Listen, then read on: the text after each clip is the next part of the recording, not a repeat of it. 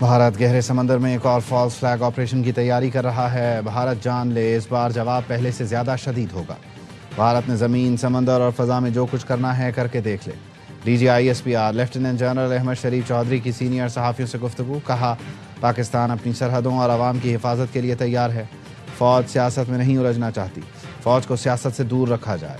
आइन में तरमीम हुकूमत और पार्लियामेंट का काम है। 27वीं तरमीम पर तजावीज़ मांगी गई तो सिफारिशात देंगे।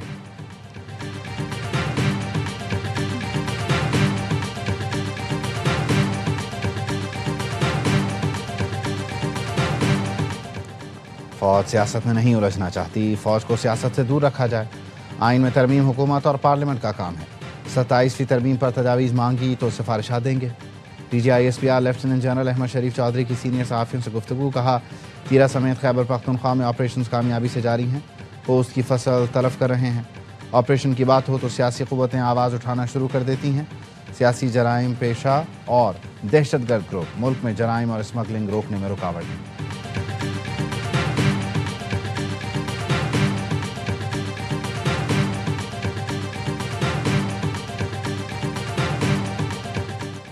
वज़ीर-ए-आज़म शहबाज शरीफ ने पीपल्स पार्टी से 27वीं तरमीम की हिमायत की दरख्वास्त कर दी।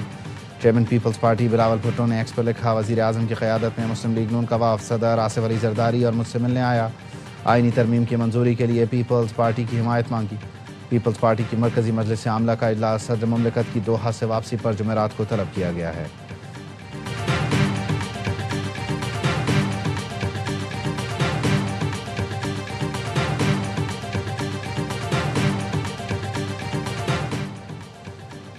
सत्ताईसवीं तरमीम आ रही है और पास भी हो रही है। पाकिस्तान की सलामती और बका के लिए 27वीं तरमीम ज़रूरी है। पाकिस्तान में डंके की चोट पर काम होते हैं या चोट से होते हैं।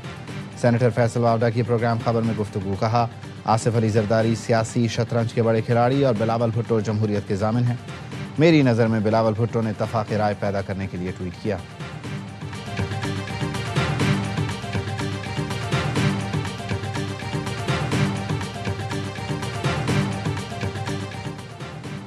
गज़ा की सूरत हाल पर इस्तांबुल में वज़राए ख़ारिजा का आला सतह इजलास। मुश्तरका एलामिया जारी।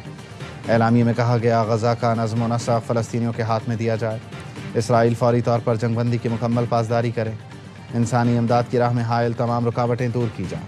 फ़लस्तीनी अवाम का हक़ खुद इरादियत, कौमी नुमाइंदगी तस्लीम किए बगैर ख़ित्ते में पायदार अमन मुमकिन नहीं। कम अज़ कम 600 इमदादी ट्रक बिला रोक टोक गज़ा में दाखिल होने दिए जाएँ। गज़ा में बैनुल-अक़वामी इस्तेहकाम फ़ोर्स के क़याम पर भी गौर। पाकिस्तान ने आज़ाद फ़लस्तीनी रियासत के लिए मौक़िफ़ की तौसीक़ की।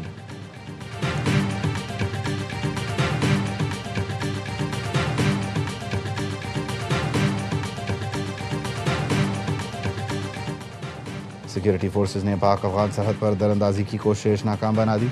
खैबर पख्तूनख्वा में 2 कार्रवाइयाँ। भारतीय हिमायत याफ्ता 3 खारजी दहशतगर्द जहन्नम वासिल। खारजी पाक अफ़गान बॉर्डर पर दरअंदाजी की कोशिश कर रहे थे। हलाक खवारिज में अफ़गान बॉर्डर पुलिस एहलकार कासिम भी शामिल। टांक में खुफिया इत्तला पर ऑपरेशन के दौरान एक खारजी हलाक हुआ। हलाक खारजी की शनाख्त अफ़गान शहरी इकरामुद्दीन उर्फ अबू दजाना के नाम से हुई। सदर वज़ीर-ए-आज़म और वज़ीर दाखिला का फोर्सेस को खिराज तहसीन।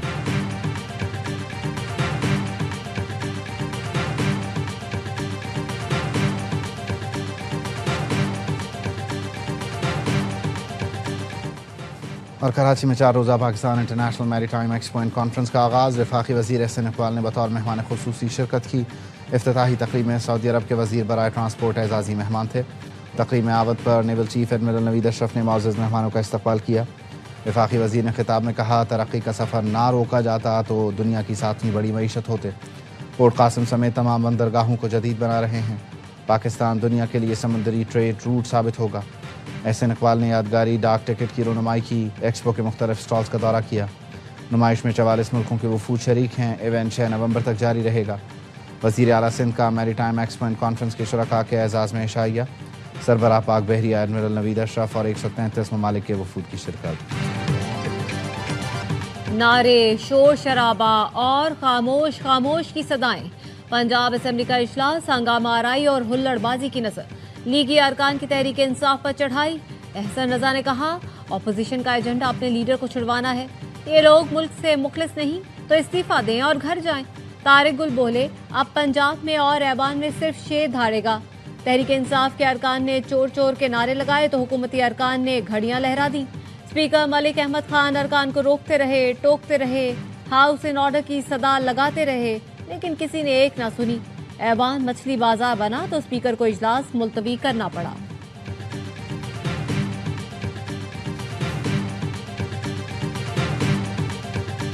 शाह महमूद कुरैशी साहब के साथ हमारी तकरीबन 45 मिनट की मुलाकात जो है रही हॉस्पिटल में, तो हमने उन्हीं के फार्मूले के ऊपर उनसे जो है वो बातचीत की और वो अब भी उस पर ही कायम है।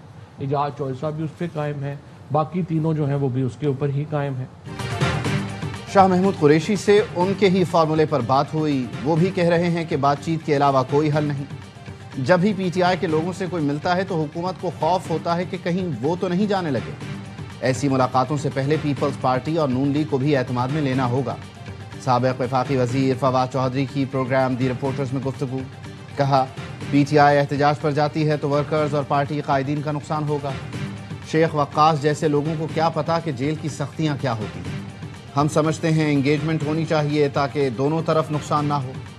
हुकूमत ने बानी को जेल में रखा हुआ है, पीटीआई भी नहीं चाहती कि वो बाहर आएं।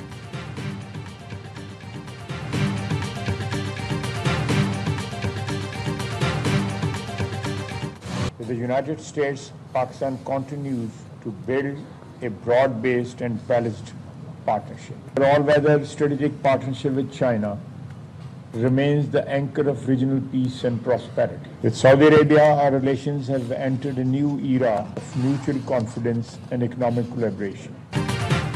पाकिस्तान की खारजा पॉलिसी नए मरहले में दाखिल हो चुकी है। पाकिस्तान अब बैनुल-अक़वामी सतह पर एक काबिल-ए-एतमाद शिराकतदार के तौर पर उभर रहा है। अमरीका, चीन, सऊदी अरब और दुबई से ताल्लुकात में बेहतरी आ रही है। वज़ीर दिफा ख्वाजा आसिफ का इस्लामाबाद में तकरीब से खिताब। कहा, सऊदी अरब की जानिब से मुख्तलिफ शोबों में सरमायाकारी में इजाफा हो रहा है। कतर और यूएई से पाकिस्तान के ताल्लुकात मिसाली करा दिए जा रहे हैं। पाकिस्तान और चीन सीपैक फेज 3 पर काम बढ़ाने के लिए पुराज़्म है। वफाकी वज़ीर इत्तलात अता तारड़ का सेमिनार से खिताब। कहा, पाकिस्तान ने दुनिया भर में सिफारती कामयाबियां हासिल की जिनकी दुनिया मोतरफ है। सिफारतकारी का फन मेहनत और तजुर्बे से आता है।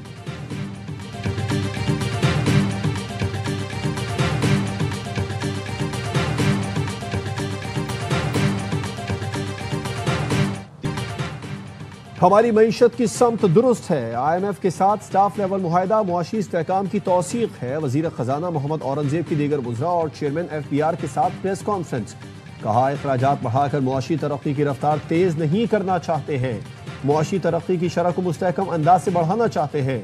चेयरमैन FBR राशिद लंगड़ियाल कहते हैं, 1700 अरब रुपए कम इनकम टैक्स जमा हो रहा है, जिसमें बड़े शोबों का हिस्सा 1200 अरब रुपए है। तंबाकू पर टैक्स में चोरी बहुत ज्यादा है। रेवेन्यू शॉर्टफॉल जरूर है लेकिन मिनी बजट नहीं लाएंगे।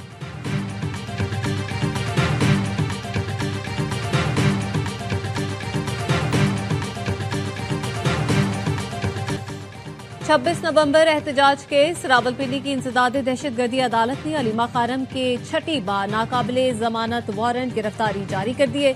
समात 6 नवंबर तक मुलतवी कर दी गई। दौरान समात अदालत ने अलीमा खानम और वकला की अदम पेशी पर सख्त इजहार बरहमी किया। पुलिस ने गुज़श्ता समात पर जारी वारंट गिरफ्तारी की तामील की रिपोर्ट जमा करवा दी।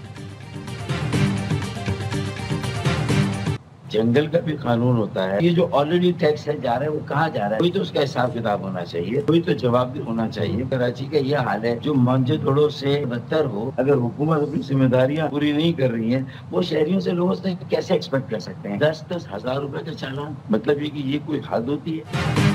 कराची का हाल मोहनजोदड़ो से बदतर है और ई चालान के नाम पर शहरियों से 10-10 हजार रुपए लिए जा रहे हैं। सिर्फ सड़कें नहीं, लोगों के दिल भी टूट गए हैं। रहनुमा MKM पाकिस्तान फारूक सत्तार कहते हैं, शहरियों पर टैक्स लगाकर जहनी अजियत दी जा रही है। हुकूमत सिंध अपना काम नहीं करती, सब अवाम पर डालती है। तर्जुमान सिंध हुकूमत सादिया जावेद का रद्द-ए-अमल। कहा, चालान पर रोने वालों को तकलीफ चालान से नहीं, कानून की अमलदारी से है।